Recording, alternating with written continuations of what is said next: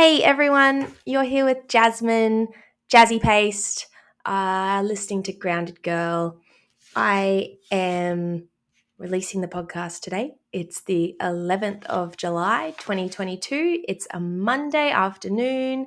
I am on the Sunshine Coast in Queensland, and this is the scariest thing I've done in a very long time.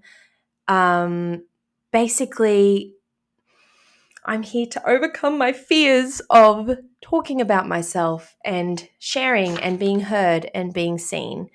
Um, I've always liked public speaking. It scares the hell out of me, but I used to do it a lot at church when I was a Christian. I would preach. I'm no longer a Christian. Life post Christianity is pretty awesome.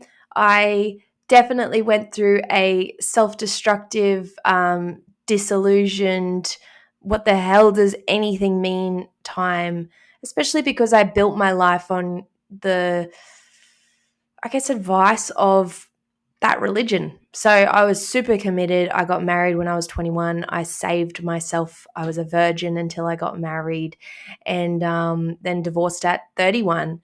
And basically tried to live life by the book, tried not to sin, repented for my sins when I did.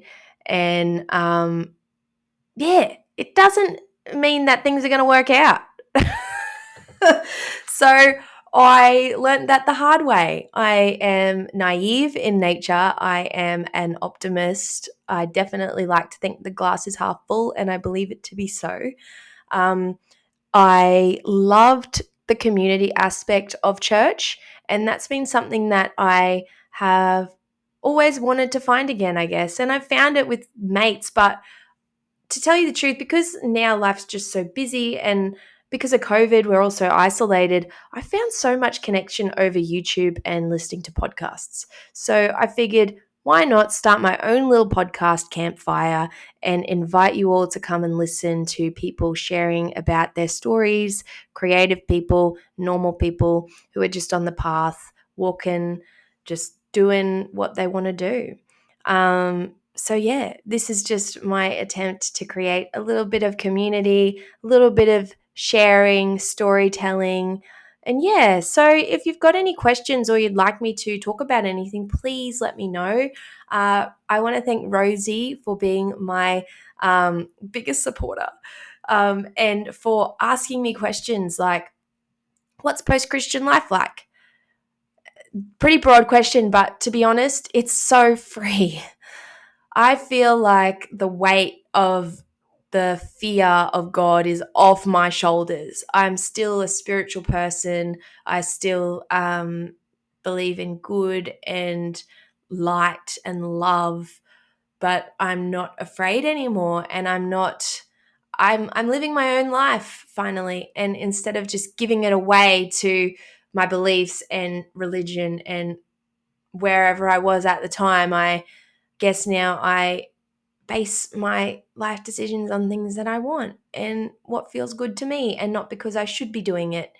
Um, Post-Christian life's awesome. It's really funny though to think that there is a group of people out there who would be thinking I'm like a heathen sinner, and that's okay. That's all right. Um, but yeah, ideology is a funny thing, and it doesn't go away. Just because I'm not a Christian doesn't mean I don't have other ideologies that I've put in and subscribed to, and I'm not even aware of it.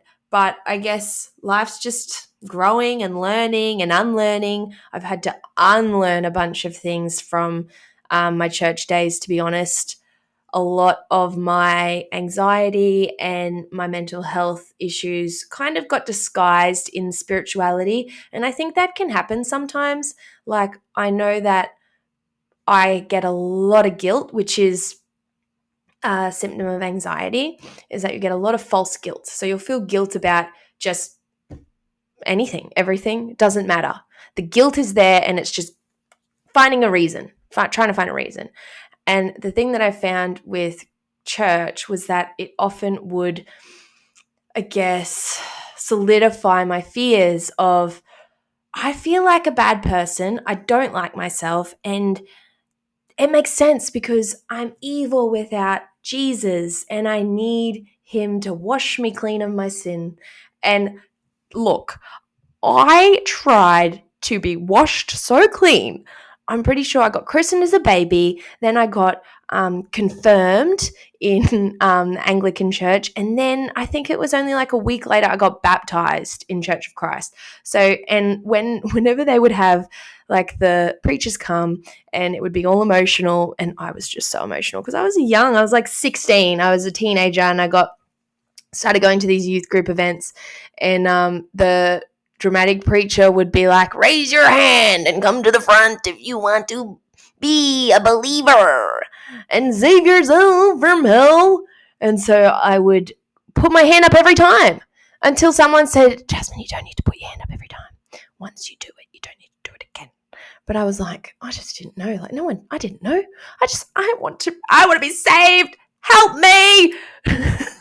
Basically, that's what I think that was all about, is just a big cry for help, to be honest. And I did find help. I found structure. I found community. I found a lot of great values and a lot of great lessons and opportunities. I actually studied theology for a little bit, and I used to go and worked for the church, and I used to go and visit the elderly people, went to funerals, which are pretty real and grounding places to be. So there's something about church that I liked because it was just existing and being in community with people that you wouldn't normally engage with, but you come together around this common cause.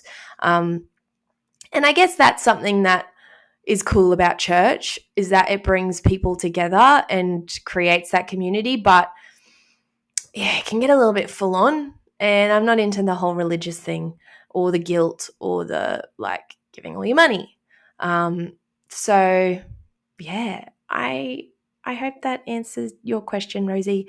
But I guess, yeah, I'm not living in fear like I used to. Fear is still here. Like, and I guess I am living in it, but I'm not choosing to change myself for it. I'm doing things afraid, and I'm not afraid of hell anymore, which is such a damn relief. So, yes, enjoy it. Enjoy my podcast. I'm going to do 10 episodes to start with, see how it goes, have a little bit of fun. And yeah, I hope you like listening to these stories and people's lives. Yeah, thanks.